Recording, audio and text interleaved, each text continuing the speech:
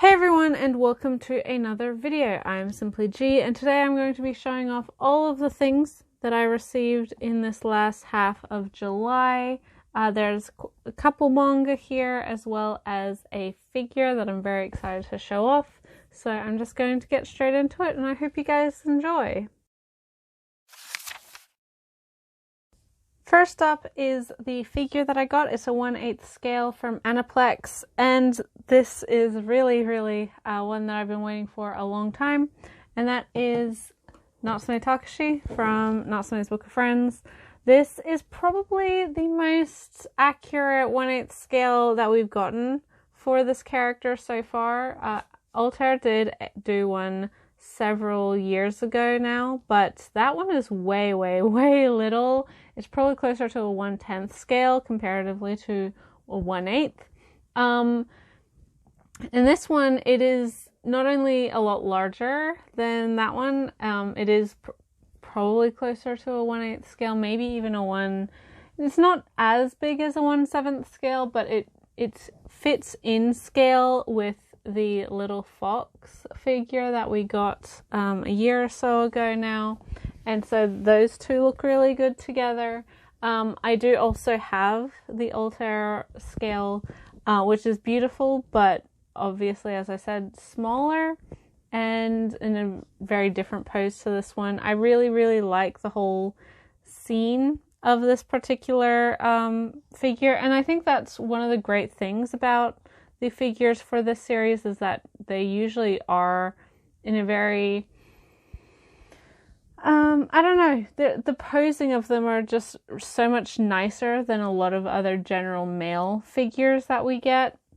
So this one, obviously there's the large kimono with sort of fluttering in the wind, or the movement of it. We have nyanko-sensei here. We also have the river. It's just very beautiful. Yeah, really nothing I can say that I dislike about this particular figure. People did complain about like the sculpt of the hand, and that his eyes weren't exactly the same as the artwork, and all of these things, and I can understand, because wanting things to be perfect, because figures are such a high dollar item, but for me, I'd never find myself lingering on those sorts of issues at all. I'd rarely, if ever, even notice them, and he is done just really beautifully, so I don't have anything to complain about. But with this figure, we also got this, and it's a little, like, it's a charm thing, but it also, it talks. It has a bunch of different, little catchphrases that Natsume has, and yeah, it's a cute little thing, and I'm pretty sure it came with all the orders, so yeah. We'll see what else he can say. Oh, tadaima. Yeah, there's a bunch of different stuff. It's not just him saying, like, hello, thank you, nyanko-sensei, where the hell are you?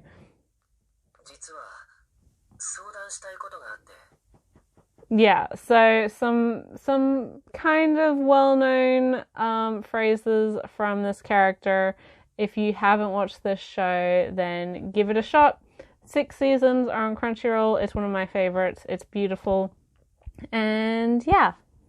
First up for manga, we have the second volume of Sorata Akidoki's Snow White with Red Hair. This is an ongoing shoujo series being released in English by Viz, or their Shoujo Beat imprint, whichever you want to quantify. And this is the story of a court herbalist apprentice called Shiroyuki and her friendship/relationship with the second prince, Zen, and just all the various people in their lives. This particular volume is very good. I think it brings forward a lot of what makes Shiroyuki an interesting character, insofar as her motivations and her personality. She obviously has some fairly straightforward goals. She's quite obvious in her want to help people, and so you see a lot of that come out in this particular volume, where the first volume was definitely setting the scene her escape from her own kingdom where she's from and the prince there, her meeting Zen and becoming welcomed into the castle itself, and then finding herself a place as a court herbalist, or an apprentice at least. This one builds off more of that. Because the groundwork has now been laid out, we see Shiroyuki helping other people and actually applying her skills as a herbalist. We see the introduction of Zen's older brother, the first prince, who the two have a very rocky relationship, and his motivations are very interesting and sort of shadowed in mystery currently. I'm a huge fan of the series thanks to the anime. It is very well done. If you like this sort of shoujo royalty-esque, it's not really a fantasy, so I wouldn't call it that, but it does have this element of almost a fairy tale. It does remind me of a lot of other similar series, and I do like how mutually respectful the relationship between Shiroyuki and Zen is. The characters themselves interact in very interesting ways, not just our two main characters, but all of the supporting characters as well, and they're really interesting and fun and likable. So yeah, I always look forward to this. It's really exciting that we've finally gotten this series available in English, because I believe the first volume in Japan came out in like 2008. So the series has been running for a long time. There's currently 20-ish volumes in Japan, so there is still hope, even if it does take a long time for some of these series to find their way to English. Yeah, sometimes we do get one or two to make it here. Considering how popular the series is thanks to the anime, I'm glad that it has, and I will continue to support it until then. Next is a secondhand copy of this book. I tend to buy this series secondhand mainly because some of the volumes are harder to find, and also it's not a super duper high priority for me, but this is another Shoujo Beat title. I still need to pick up a couple more volumes before I'm caught up with it, but this is Kazuhiko, volume 22 by Taiko Watanabe. This is an ongoing historical fiction romance shoujo about a 15-ish year old girl named Sei who pretends to be a boy to join the Shinsengumi to avenge the deaths of her father and brother, and in doing so she joins and sort of has to live as a man amongst all the other members of the Shinsengumi. Most notably Okita Soji, who is a very well-known swordsman within this period of history, and various other members as well, of course. So this is very reliant on actual Japanese history. Watanabe really says a lot about how accurate she tries to make this series. She kind of bemoans that the most inaccurate part is the hairstyles because she can't have like an aesthetically pleasing shoujo manga character with like the actual popular hairstyles of the period. Most notably, say, our main character here, she says, if this was reality, she'd have to cut her bangs, her fringe, because that's something that only children have. But if she did, then she'd just have like a bold protagonist, and that's not very kind to our female main character. And then the same thing with Soji here. Like, that's not what he looked like. Obviously, you have to have some creative liberties to have an appealing shoujo or josei character. So love interest. So yeah, that's she does sort of bemoan that fact a lot, but everything else, from obviously the historical events to just little things, how hygiene and feminine hygiene as well, especially money, traditions, food, clothing, everything, she tries to get pretty much spot on as to how it was during that period. It's very, very good. You don't necessarily have to know a lot about Japanese history to enjoy this. You will learn a lot if you don't know about this period of sort of internal conflict within Japan. But yeah, it's still a really solid series on its own. There's 26 volumes out currently. 27 is slated for the end of the year. So this is a very slowly being released series. It's obviously one of Viz's lowest priorities, but I do have to commend them that despite everything, despite the market crash and Josei Manga definitely being a bit of a gamble, and it's not really a series that a lot of people talk about. I don't know anyone who, like, aside from maybe one or two people who I haven't heard talk about this series, but I would assume they know about it or read it. I never hear about this series. It's very, very low on the radar. And it's also harder and harder to find some of the earlier volumes because it is just such a low priority. But this is the slow burn romance. Currently in Japan, there's something like 45 volumes, so we're very far behind. But I'm so glad that Viz hasn't dropped this series despite everything, and we are starting to see some of the volumes come out on a, I guess, more regular basis, because it used to be one volume a year. Now it seems to be coming out like one volume every 6 to 8 months, which isn't obviously like a super rapid pace, but it is slowly closing the gap. Yes. It's an interesting one. It's not for everyone. But it's fun, it's goofy, it's interesting if you like historical fiction as well. If you like sort of cross-dressing, She's the Man-esque type of stories. Obviously it's based on history, so there's a lot of actual fighting, and if you're unaware, the Shinsengumi were sort of the police force during this period, and so there is like a lot of conflict with revolutionary groups and just other individuals who are not happy about the state of affairs. It's a solid series, and I do hope more people try it, because I do think people would enjoy it, especially if you do like historical romance.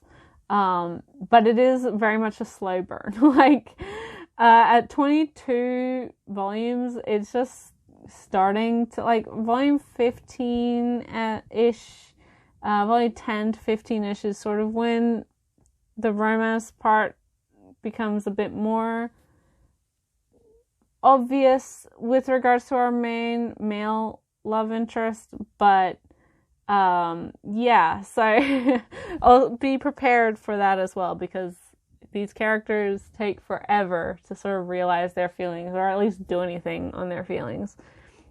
Either way, it's a solid series, and I would implore you to check it out.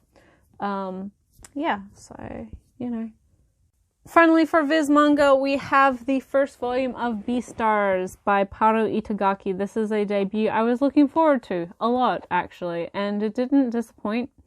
This is an ongoing shonen series about a wolf called Lugosi, who, and his sort of personal struggles, but also, first and foremost, we've had a grisly murder at his school of a alpaca who has been killed by one of the carnivorous students. We don't know who, we don't really know why, but it's caused this large rift between the carnivorous and the herbivore population of the school student body.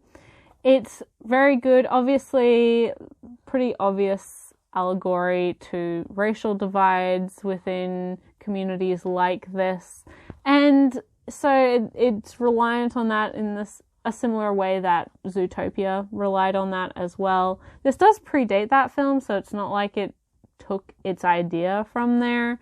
But yeah, I'm sure that I'd be surprised if people aren't making comparisons. We also have a interesting start of a relationship between Lugosi and a rabbit girl called Haru. So again, sort of a comparison between Zootopia. This also gives me Cats Don't Dance vibes. I don't know why, but that's another film featuring anthropomorphic animals. If you haven't, I used to love that movie. I don't know how many of you guys watch that film, but I used to watch it to death. I had the VHS. I used to watch it all the time. I just like talking animals and music. It's a musical. It's good. And it has an evil Shirley Temple character. It was just a great film, you guys. Obviously, there's sort of a joke about this series about being furry bait for good reason.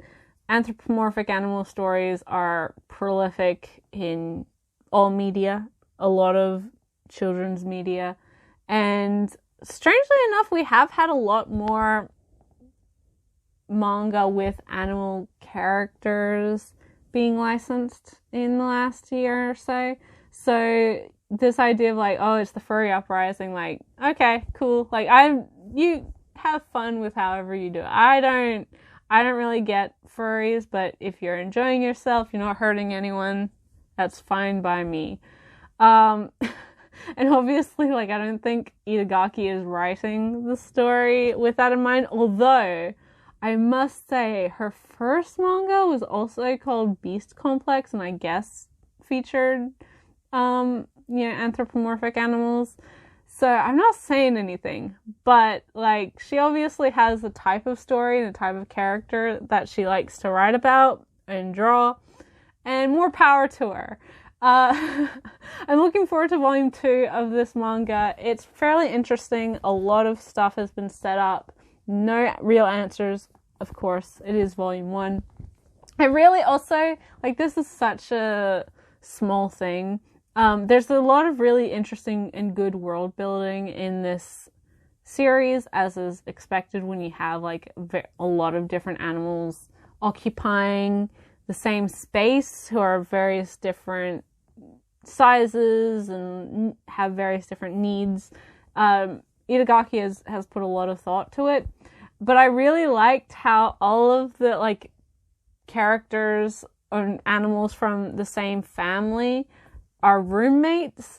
And so Lugosi, you actually have all of his roommates on the back. Like, he has a Labrador and a coyote and a English sheepdog and a hyena and a fennec fox. So obviously, like, very different animals, but they're all from like the Canidae family. Obviously, like canines. It's a cool little extra. I liked it, and when I told my sister about it, she thought that was like so amazing, and she enjoyed it. She hasn't read this, but when the anime comes out, I'm sure she will watch it. Yeah, it's a solid start to a series I've heard nothing but good things about, so I look forward to reading more of this in the future. Finally, for manga, we have Volume 7, the most recent volume of Tokyo Tarareba Girls by Akiko Higashimura. Only 2 more volumes left after this, and I will be sad. This is a fantastic josei manga following 3 women in their 30s who are, and their various relationships, sort of their various struggles with being single women in their 30s at this point in time, and all of the people around them. It's very, very, very good. I mean, I shouldn't have to encourage people to try Higashimura's manga, but you should, if you haven't, definitely give it a shot. This is somewhat more, I love all of her manga. I adore Princess Jellyfish, but Tokyo Tarareba Girls is bitingly painful in a very relatable way, as anyone, especially a millennial within society and the expectations of people around you, and having had achieved things within a certain period of time, especially women, but everyone, like, everyone has social pressures regardless of gender, so it's not like, I wouldn't say only women can relate to this, but this is obviously a very female-focused book. Yeah, great series. Very painfully accurate and relatable in a lot of points. and just one that is, there's comedic elements to it, and it's really enjoyable, but at the same time, it's like almost like reading a horror story, because you're just like, oh God, oh no! As I said, because it's painfully relatable. Fantastic series. Obviously, this was, I believe, the first of Kodansha's digital first manga to come to print, and it is marvelous. As I said, 2 more volumes before it's finished. I hope we see the sequel slash spin-off, second season, whatever it is that she has currently started and working on. Higashimura is great.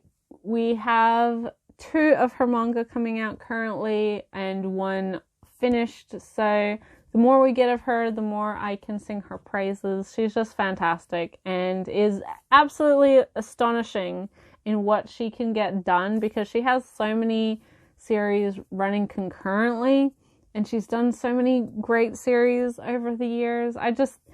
So much respect to her, and yeah, I'm going to be sad when the series is over, but also kind of relieved, but then also hopeful that we see more of this series from her as well, because as I said, there is various spin-offs slash sequels to this, and I hope we see more of her other works, because she does have some that I'd like to see.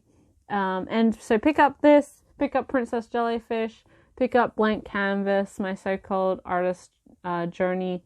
They're all great. They're all fantastic. They're all different, but handle fairly similar themes. And yeah, they are very, very good. If you're not reading Higashimura and you want to try some josei, definitely check out her work. So that is everything that I got for the last half of the month, and there's not a huge amount.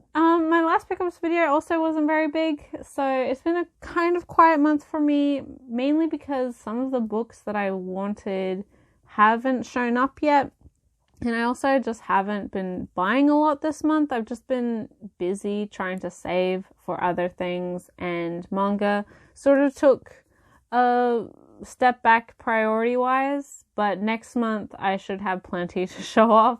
There's a lot of releases coming out next month. Oh my goodness. And some as well that obviously came out this month but just haven't arrived to me yet. This is the problem with having to rely on the mail service and buying online, because you guys know here in Australia, well, I don't know if I talk about it all that often, but pricing here in Australia is so bad in regards to manga, books in general, but especially manga. So really buying online is the only viable option, especially if you want to maximize your budget. So I just have to rely on mail services. And sometimes that means I don't get things for weeks and weeks and weeks after the release date. But yeah, let me know your guys' thoughts on any of these series, whether you're reading them, your opinions on them, whether you agree or disagree with them. I love hearing all of your opinions. As well, I have just recently, over the weekend, posted a new type of video. It's sort of a podcast discussion video with my good friend Ray from Whimsical Pictures, where we talk about our top 5 manga. It's called Read Right to Left, and we are hoping to make that a monthly thing. It is very long as the first episode, but considering we're talking about 10 series in that initial debut, hopefully future episodes will not be as long. If you haven't watched it yet and that sounds interesting to you guys, please let me know your thoughts and comment on it. We're both really excited about that, and hopefully you guys get some enjoyment, some insight from it. Otherwise, make sure to subscribe to Ray's channel. She is phenomenal, very, very wonderful and knowledgeable, and just an amazing person and creator, and just wonderful to talk to. Aside from that, I also, as per usual, have my Twitter a link in the description below, as well as my new Instagram and my book depository affiliate, of which you are free to use if you do use that website. And if you are a fan outside of the US and you're wanting to buy English language manga, that is by far the best place to get it. It's very good. The prices are better. It has free worldwide shipping, and customer service is very helpful. It's just great all around. But yeah, this has been, as I said, kind of a quieter month. And hopefully next month I'll have more to show off. But thank you guys so much for watching. I'll catch you in the next video. Bye till then.